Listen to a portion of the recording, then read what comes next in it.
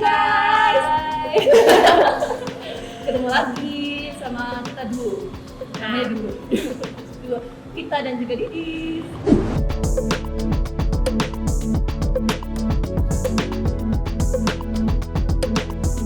Kali ini kita ngobrol lagi nih ya, Talk with Toko, dan sudah bersama kita di sini. Langsung dengan Kadisub DKI Jakarta ada Pak Syafrin gitu. Terima kasih Ya, Pak. terima kasih. Assalamualaikum warahmatullahi wabarakatuh. Waalaikumsalam warahmatullahi wabarakatuh. Selamat siang, salam sejahtera buat kita semua. Selamat siang Pak. Semoga selalu sehat. Amin. Amin. Di tengah-tengah pandemi COVID-19 kita tetap gunakan masker, ingat protokol kesehatan, ingat 3M. Menggunakan masker, menjaga jarak, dan kemudian selalu menjaga kebersihan tangan. Nah Pak, kan kita udah Ya. jaga jarak ya kan? Boleh Pak, maskernya dicoba sebentar ya Pak, Iya. kan udah jaga jarak nih, Iya. soalnya kedengeran nih. kedengeran ya kan? Jadi kita bareng sama Pak Syafrin hari ini di kafe. Wih, karena Pak Syafrin ini hobi ngopi, saya juga hobi ngopi. Tapi Teman minumnya saya- teh. Oh iya. Oh no! Loh sebentar, tapi Pak Syafrin ngopi. Ngopi, oh Gitu. iya. Pak Syafrin ngopi, hobi ngopi, ya kan Pak? Ya, jadi filosofi kopi itu ada. Apa tuh Pak? Ya, kopi itu begitu diminum, pada saat kita haus itu langsung terobati hausnya. Kalau lagi kangen sama orang juga terobati nggak Pak? Kalau- Tapi kan kalau iya. minum yang lain juga hausnya hilang Pak. Iya, sama maksudnya. Jadi masing-masing tergantung hobi. Pak Syafrin, tapi nih kita bisa nih Pak sekarang nih, ya kan di kafe, nongkrong, makan singkong, terus minum kopi, minum cantik. Besok PSBB piye Pak? Aduh, jauh lah. Maksudnya gimana Pak? Kita masih bisa nggak sih Pak nongkrong-nongkrong gini Pak? Ya, terkait dengan PSBB, tentu saat ini kami sedang melakukan pembahasan intens. Memang regulasi PSBB, jika kita lihat dia sangat ketat. Tapi perlu diingat bahwa Jakarta saat ini itu belum keluar dari PSBB. Faktanya bahwa sekarang Jakarta melaksanakan PSBB transisi. Begitu dinyatakan bahwa pada saat PSBB transisi ada beberapa regulasi yang diatur dalam PSBB yang kemudian dilonggarkan. Nah, begitu kita melihat ada peningkatan kasus positif di Jakarta, tentu yang tadi pelonggaran ada beberapa yang kembali diketatkan. Artinya begitu kita kembali ke PSBB, based on pengalaman PSBB transisi, tentu ada yang disebut dengan PSBB modifikasi atau apalah namanya. Tetapi intinya adalah bahwa kita ingin menyadarkan kembali masyarakat bahwa sekarang itu Jakarta belum selesai dengan pandemi COVID-19. Kita masih ada di tengah-tengah pandemi COVID-19. Oleh sebab itu kesadaran warga itu yang menjadi penting untuk bisa bersama-sama kita keluar dari wabah ini. Ada penelitian menyatakan bahwa upaya pemerintah melalui regulasi, melalui penegakan hukum, melalui pengawasan yang ketat terhadap sebuah entitas masyarakat itu hanya menyumbang 20% sukses tidaknya program, termasuk dalam pengentasan wabah ini. Artinya pemerintah mengeluarkan PP, peraturan menteri, kemudian peraturan gubernur, bahkan ada instruksi presiden, itu totali dengan semua upaya dari level pemerintah itu hanya 20%. 80%-nya dari siapa? 80%-nya adalah kesadaran masyarakat untuk mentaati dan melaksanakan secara baik seluruh regulasi. Jadi pemerintah tidak boleh juga berdiri Oke, sendiri. artinya seluruh elemen juga harus kerjasama Iya. Pak. Tapi tadi menarik tuh sih soal PSBB modifikasi. Itu iya, kayak Pak. gimana Pak definisinya sebenarnya? Itu sebenarnya masih dibahas. Artinya bahwa PSBB itu akan ada pengaturan-pengaturan sebagaimana disampaikan oleh Pak Gubernur pada pengumuman hari Rabu kemarin. Contohnya untuk ganjil genap itu ditiadakan. Ini kan modifikasi. Kemudian SIKM, surat izin keluar masuk Jakarta itu tidak diberlakukan. Oh, jadi kok saya itu kan asli Semarang. Iya. Tunggu deh sih. Ya, tapi udah di jalan pulang kampung sih aku. Udah pulang kampung. Sis, ngomong aja pura-pura iya gitu sih.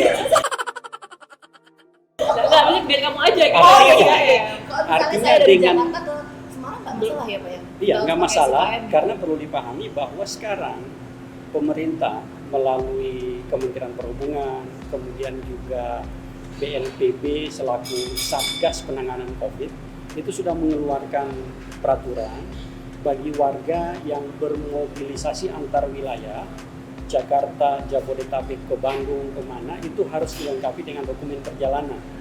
Dokumennya bisa surat keterangan sehat, bebas COVID-19, melalui tes rapid ataupun PCR test.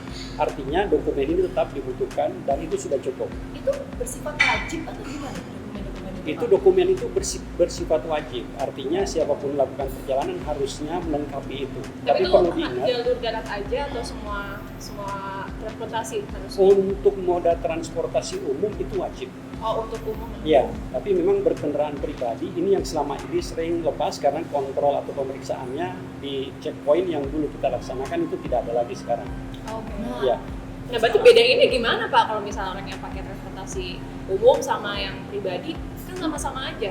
nah tentu setelah dilakukan finalisasi yang saat ini sedang dibahas, begitu disepakati, kami dari jajaran Pemprov DKI Jakarta itu akan melakukan koordinasi dengan kepolisian, TNI, bagaimana upaya kita agar pelaksanaan kewajiban dokumen perjalanan yang sudah diatur dalam SE, BNPB, Satgas COVID dalam hal ini juga Peraturan Menteri Perhubungan nomor PM 41 tahun 2020 itu terselenggara dengan baik. Dari sisi layanan angkutan umum ini sudah dijalankan. Bandar udara mensyaratkan orang sebelum melakukan perjalanan itu wajib menunjukkan dokumen hasil rapid test atau PCR test. Itu kalau juga Demikian juga di angkutan laut, di bus yang antar kota juga dipersyaratkan.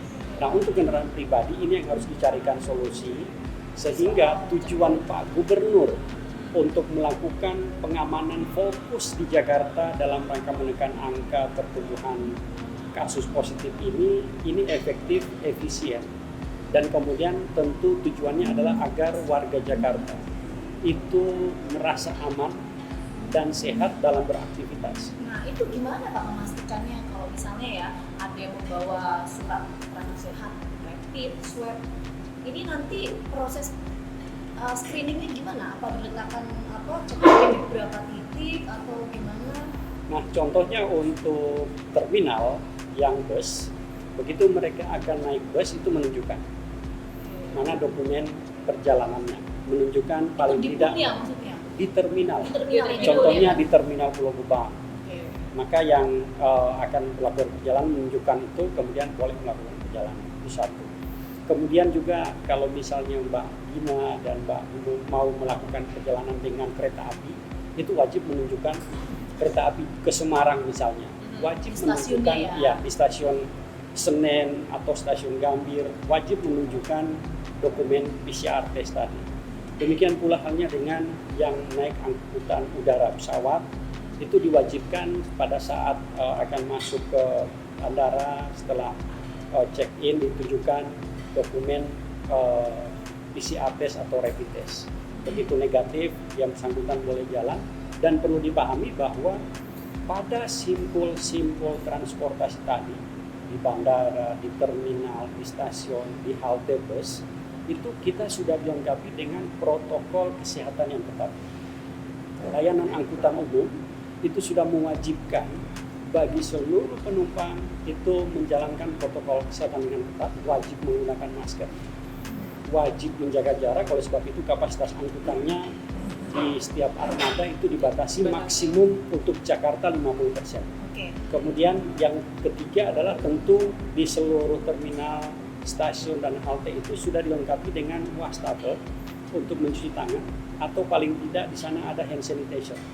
Jadi penumpang sebelum naik diperiksa menggunakan masker tidak, jika tidak disuruh kembali, tidak boleh menggunakan layanan angkutan umum. Jika menggunakan masker dilanjutkan cuci tangan atau menggunakan hand sanitizer. Begitu akan masuk ke halte, stasiun, terminal, itu wajib di thermal gun. Oke, sejauh Jadi protokol dicek kesehatan suhu, ya, diterapkan itu ya, Pak, begitu ya? ketat. Bahkan Tapi menarik Pak, soal tadi kan di udara udah ya kan, transportasi kereta sudah. kalau misalnya di jalan, misalnya naik mobil, itu gimana pengecekan untuk surat keterangan sehatnya? Nah, ini yang tadi juga kami koordinasikan dengan jajaran Ditlantas Polda Metro Jaya. Kami akan melakukan koordinasi intens untuk menerjemahkan pengaturan dalam PSBB ini ke dalam tataran implementasi di lapangan. Tentu banyak hal yang harus dibahas karena ini terkait dengan pengaturan. Perlu dipahami bahwa Jakarta ini selain sebagai kota jasa, juga sebagai ibu kota negara. Tentu Jakarta menjadi barometer buat seluruh Indonesia dan kita harapkan bahwa penerapan PSBB di Jakarta ini menjadi contoh bagi daerah lain sehingga sukses dari upaya menekan atau mengatasi wabah COVID-19 ini. Pak, itu kan tadi soal antar kota ya, antar wilayah. Nah, kalau nantinya untuk di dalam kota sendiri, di Jakarta sendiri, gimana nanti pembatasan-pembatasannya Pak? Apa nanti berubah? Banyak yang berubah atau seperti apa? Pembatasan-pembatasan untuk Jakarta, khususnya dari sisi transportasi, tentu ada modifikasi juga. Jadi jika kita lihat contohnya pada saat PSBB, itu pembatasan operasionalnya waktunya jam 6 sampai jam 18, 6 sore, 12 jam saja. Itu transportasi umum? Iya, pada saat PSBB pertama. Kemudian pada saat sekarang dia jam 5 sampai dengan jam 22, bahkan untuk Transjakarta bisa sampai jam 23. Tentu melihat dari itu, kita akan melakukan upaya agar layanan transportasi ini itu juga bisa efisien ditinjau dari sisi pekerja non-formal yang bekerja di sebelah sektor yang dikecualikan ataupun beberapa sektor nanti yang akan dikecualikan dalam PSBB kedua. Artinya bahwa pekerja non-formal yang seharusnya mereka menyiapkan kantor dari jam 6, terfasilitasi pergerakannya itu dari jam 5 pagi. Jadi mereka dalam beraktivitas tidak dalam melakukan perjalanan tidak kemudian high cost karena layanan angkutan umum reguler yang seharusnya itu membantu mereka tiada layanannya. Nah, ini yang kita coba simulasikan. Dan kemudian begitu juga untuk sore hari. Biasanya sampai jam 6 sore pada PSBB pertama, tentu melihat aktivitas di perkantoran dari sebelah sektor ataupun ada sektor tambahan lainnya yang nantinya diperbolehkan, ini juga kita pikirkan secara keseluruhan. Jadi tidak hanya dari sisi pekerja formalnya, tetapi dari sisi pekerja non-formal keseluruhannya kita lihat, kemudian disiapkan layanan oleh pemerintah provinsi. Itu dari sisi waktu layanan. Kemudian dari sisi kapasitas layanan, ini juga akan dilakukan pembatasan. Kenapa? Karena begitu dilakukan pembatasan di sisi hulunya, di sisi hulu prinsip PSBB tetap mengedepankan prinsip work from home. Work from home jika kita mengacu kepada SE Menpan, begitu zona merah maka prioritas WFH 75%. Yang boleh bekerja dari kantor hanya 25%. Begitu zona orange maka yang boleh bekerja di kantor 50%, dari rumah 50%.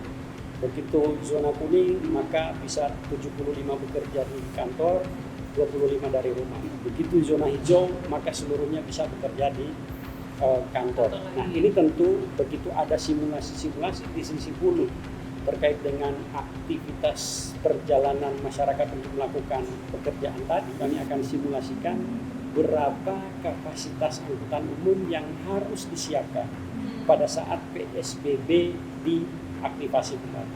Oke, itu kan untuk jumlah transportasinya ya Pak ya, untuk jumlah transportasi. Tapi kalau misalnya untuk stasiunnya itu gimana? Karena waktu pas PSBB waktu jilid pertama, ya kayak jilid-jilid apa gitu, kayak jilid pertama itu sempat hanya dibuka 3 stasiun kalau nggak salah MRT ya. Ya. Kalau sekarang gimana? Jadi memang perlu dipahami bahwa pada saat PSBB pertama itu kondisinya berbeda dengan PSBB saat ini. Jika pada PSBB pertama, maka yang terjadi adalah bagaimana upaya kita bersama untuk mengurangi kerumunan warga. Oleh sebab itu, pada saat itu ada beberapa stasiun, tepatnya ada 7 stasiun MRT yang kami tutup, 6 operasi seperti biasa, dan kemudian berdasarkan pengalaman pelaksanaan PSBB awal, kemudian transisi, dan sekarang tentu dari sisi operasional MRT jam layanannya kita sesuaikan. Begitu juga headway ratangganya kami akan sesuaikan karena terkait dengan supply demand pergerakan masyarakat. Tetapi untuk stasiun ini tidak dilakukan penutupan.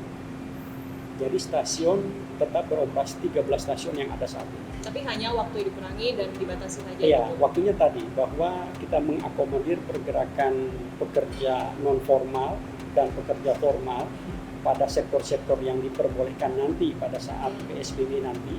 Kemudian waktu layanan otomatis akan mulai tetap dari jam 5. Selesainya jika sekarang MRT itu sampai dengan jam 22, ini akan ditarik mundur ke tahap awal itu rencananya jam 8 malam dan seterusnya akan disesuaikan. Nah, itu kan udah dikurangi tuh Pak, waktunya udah dibatasin.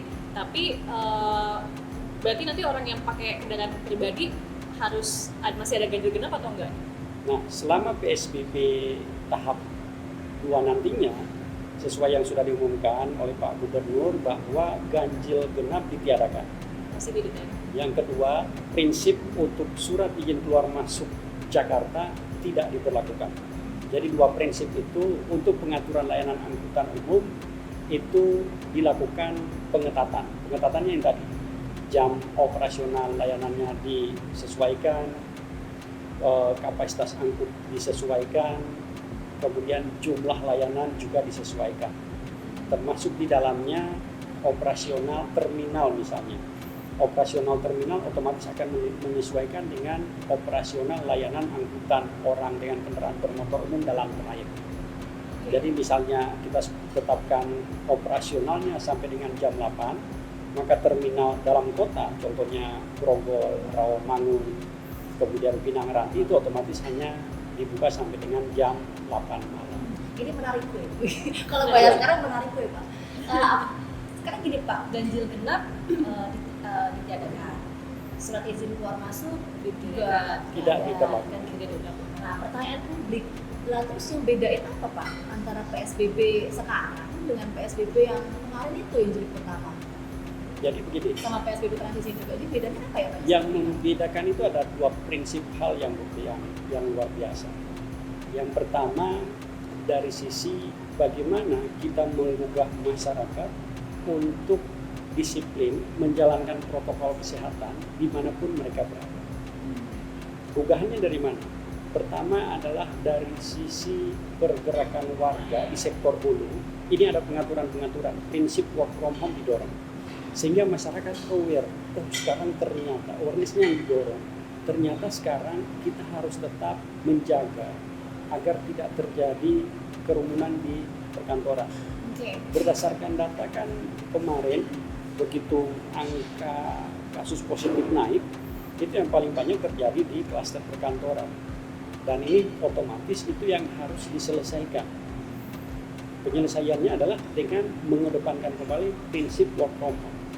Berapa persennya itu yang sekarang sedang dibahas terkait dengan implementasi di lapangan. Kemudian yang berikutnya adalah terkait dengan penyelenggaraan kegiatan. Jadi begitu kita mengedepankan prinsip WFH, otomatis warga didorong untuk melakukan aktivitas dari rumah aja. Ya, Jadi dari ada rumah. aktivitas di luar Dan ya Pak ya, ya? jangan melakukan aktivitas yang tidak penting. Selama PSBB transisi, hal ini tidak terjadi. Orang mendapatkan giliran bekerja dari rumah, kemudian mereka akan berusaha untuk call temennya. Gue nih WFH nih, kita ketemu di mana yuk? Seolah-olah mereka itu WFH tapi di satu tempat dan berkumpul. Ini yang seharusnya tidak. Ini yang kemudian saya ingin sampaikan, beberapa klaster yang terbentuk di Jakarta itu karena interaksi sosialnya yang mengabaikan protokol kesehatan. Oke, Terakhir kemarin, soal interaksi sosialnya itu ya Pak ya? Terakhir kemarin kami menemukan itu salah satunya adalah klaster Wisma Cendrawasih. Wisma Cendrawasih begitu dilakukan swab 30 orang positif, kemudian dikarantina ke Wisma Atlet. Begitu ini ada yang positif seperti ini, tentu yang harus dikedepankan kesadaran masyarakat itu kembali. mungkin mereka pada saat dinyatakan positif itu menjadi kategori OTG, Ya. orang tanpa gejala. Tapi justru ini yang sangat berbahaya. Termasuk juga sekarang fenomena yang lagi hits itu sepedahan, Fit. Dengan kalau sepedahan kan sekarang udah ada jalurnya nih segala macam sama oleh Pemprov DKI. Nah, tapi setelah sepeda itu kan mereka ngumpul-ngumpul juga gitu, Pak. Nah, Nongkrong-nongkrong juga. polanya pesepeda dengan pejalan kaki itu beda. Nah, prinsip pesepeda kenapa kemudian ini wajib difasilitasi? Pesepeda itu sudah menjalankan apa yang disebut dengan protokol kesehatan dengan baik. Kalau sepeda udah. Ya, pesepeda bisa kita lihat mereka sudah menggunakan masker, bahkan dilengkapi dengan face shield. Kemudian pada saat mereka berkegiatan, itu dari sisi jarak aman itu sudah otomatis terjaga. Jarak antar sepeda jika dia bersamaan itu bisa sudah paling minimal 1 meter itu baru mereka jaraknya. Apalagi yang di belakang atau depannya.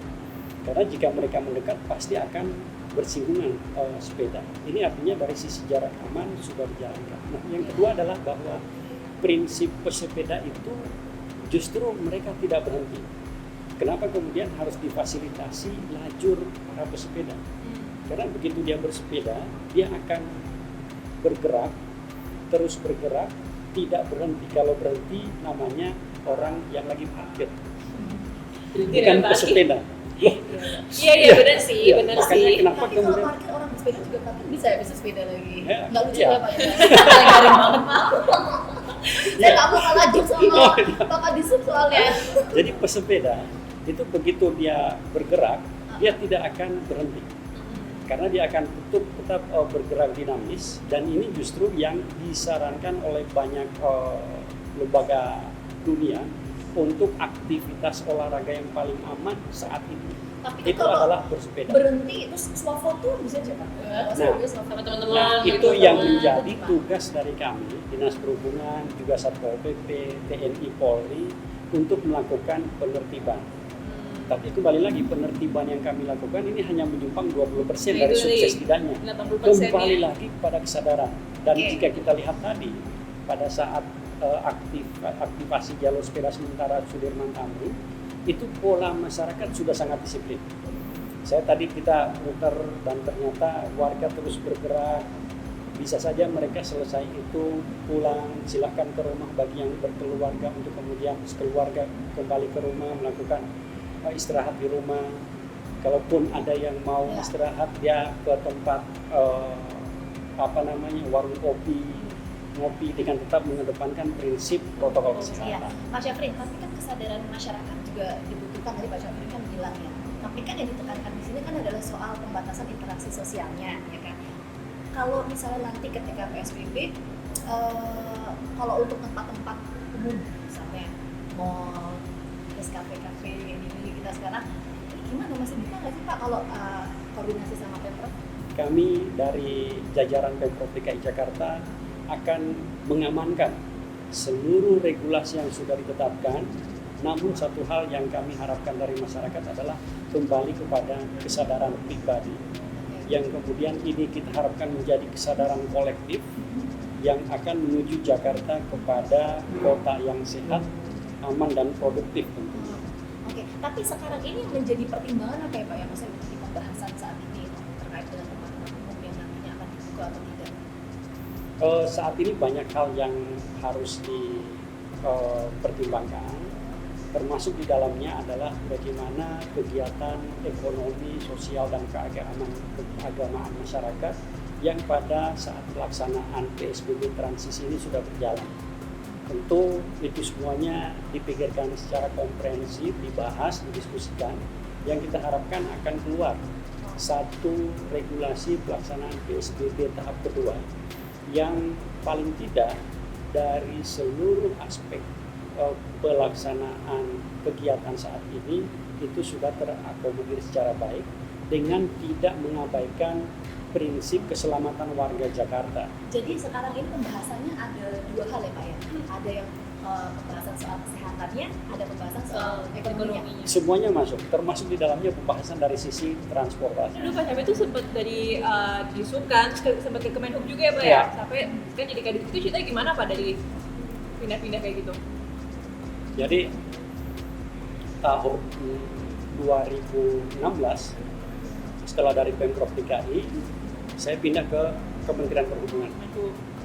Pada saat itu baru dibentuk Badan Pengelola Transportasi Jabodetabek, BPTJ.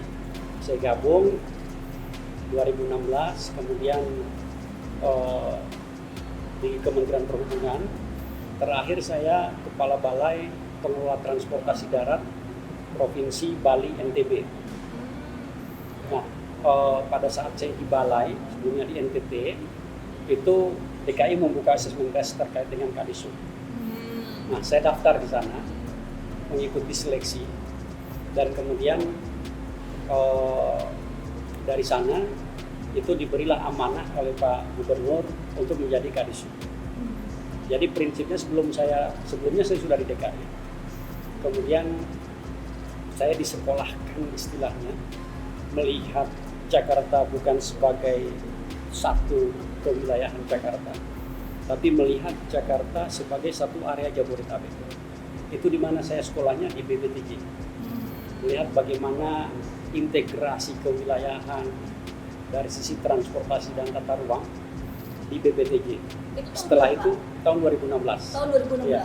Setelah itu saya ditugaskan ke Ditjen Perhubungan Darat lebih nasional, melihat karakteristik bukan lagi Jakarta tapi Jabodetabek dalam kedudukan, peran dan fungsinya di level nasional. Tentu di sana belajar lebih banyak lagi, lebih luas, dan kemudian saya kembali lagi ke Disub. Jadi prinsipnya saya ke kementerian itu ibaratnya saya sekolah aja, sekolah menimba ilmu, melihat struktur Jakarta dalam posisi Jabodetabek, dalam posisi nasional. Jakarta ini sebagai barometer Indonesia. Tentu kami dari pemerintah Provinsi DKI Jakarta dalam setiap mengeluarkan regulasi yang sering juga saya sampaikan bahwa pemikiran yang ada di Jakarta itu harus holistik, mencakup seluruh elemen kehidupan warga, tidak hanya Jakarta tetapi Jabodetabek. Oleh sebab itu kenapa dulu SIKM di PSBB pertama keluar itu terbit tidak membatasi pergerakan orang dari Bodetabek ke Jakarta. Karena kita melihat ini satu kesatuan wilayah yang harus difasilitasi pergerakannya, karena mobilitas itu tidak bisa dibatasi dengan batas administrasi, tetapi harus dilihat secara integrasi dengan tata ruangnya. Jakarta dengan hinterlandnya Bodetabek itu menjadi satu kesatuan yang tidak mungkin begitu kita bicara mobilitas itu ada batas-batas fisik administrasi. Nah, ini yang sekarang yang oleh Jakarta harus dipikirkan secara holistik tadi, dengan memasukkan semua unsur sehingga dia pandangannya menjadi komprehensif, yang kemudian begitu regulasi ini diterbitkan dia mampu diimplementasikan dalam tataran pelaksanaan di lapangan. Jadi dukungannya adalah bagaimana regulasi ini muncul yang mampu diaplikasikan di tengah-tengah dinamika Jakarta sebagai ibu kota negara dan juga Jakarta sebagai aglomerasi wilayah Jabodetabek. Nah, nanti kita lihat bareng-bareng ya. Terima kasih ya Pak. Terima kasih Pak Syafri. Udah diajak makan-makan. Enak. Semoga nanti Ini- lancar-lancar aja ya. Ini singkongnya ini makanan favorit. Oh, makanan favorit ya Pak ya? Makanan favorit Mbak Gina juga waktu di Semarang katanya. Oh iya. Kalau kita itu Pak, dia suka apa aja Pak makanannya? Omnivora Pak, biasa. Makan segala. Enggak, tergantung diajak makan apa pasti suka dia. Iya Pak, tapi saya mau makan banyak kan malu Pak. Jadi kita tutup dulu Pak. Oh, iya, Jadi biar iya. saya makan banyaknya enak ya Pak ya. Biar nggak kelihatan Iya. kamera. Jadi kita harus tutup dulu. Oke deh Pak, Terima kasih banyak ya banyak. Pak ya atas waktunya. Siap. Terima kasih. Makan habis ini kita Saya makan. ingatkan satu hal. Iya. Kita harus selalu ingat protokol kesehatan. Tuh. Ingat 3M. Kita laksanakan dengan baik dan benar. Baik dan benar itu menggunakan masker harus tertutup dari hidung sampai dengan mulut. Pada saat di kondisi apapun diupayakan untuk tetap menggunakan masker. Nah, kemudian yang kedua adalah kita selalu jaga jarak seperti ini. Yang ketiga tentu selalu berusaha untuk menjaga kebersihan diri dengan rutin cuci tangan. Jaga jarak tapi jarak manusia jangan. Oh iya, Jarak iya. Jarak fisik ya. Jarak fisik. Iya, manusia tapi jangan. jarak sosial tetap harus Dijaga ya. Sis, udahlah Pak Syafri Ya. aja udah cocok jadi presenter ya. Pak, mau ditutup Pak. ditutup ya. Iya. Ayo closing Pak. Ya. Kepada seluruh pemirsa, Iya. saya menyampaikan terima kasih dan semoga upaya Pemprov DKI Jakarta untuk mengatasi wabah COVID-19 ini dapat segera terwujud. Tentu peran kita semua di sana itu sangat penting. 3M itu tugas kita semua. Kami dari Pemprov DKI Jakarta melaksanakan 3T. Testing, tracing, dan treatment. Artinya 3T ini secara masif dilakukan oleh Pemprov DKI Jakarta untuk menekan penyebaran wabah COVID. Kita semua sebagai warga masyarakat Jakarta dan Jabodetabek wajib melaksanakan 3M. Menggunakan masker, menjaga jarak, dan mencuci tangan. Terima kasih. Assalamualaikum warahmatullahi wabarakatuh. Waalaikumsalam. Sekali lagi dong Pak, sekali lagi. Dan Jangan lupa like, subscribe gitu Pak. Oh ya, Jangan lupa di like, jangan lupa di like dan kemudian subscribe. subscribe. Yeay. Terima Dan kasih. share Pak, share lagi satu kali lagi Pak. Dan share. Ya. Banyak ya. Kita ketemu di episode berikutnya. Dadah. Dadah. Kembali ke Jakarta mungkin. Iya, ada Kami lagunya, ada lagunya Kenapa? plus-plus kan. mungkin Kembali Pak, ke Jakarta. Pak Adison mau nyanyi Pak? Mungkin Pak. Oh enggak. Oh enggak. Kalau nyanyi Oh, enggak. takutnya ada yang lirik disuruh rekaman ya. Enggak, kalau saya lari takutnya bubar semua nih.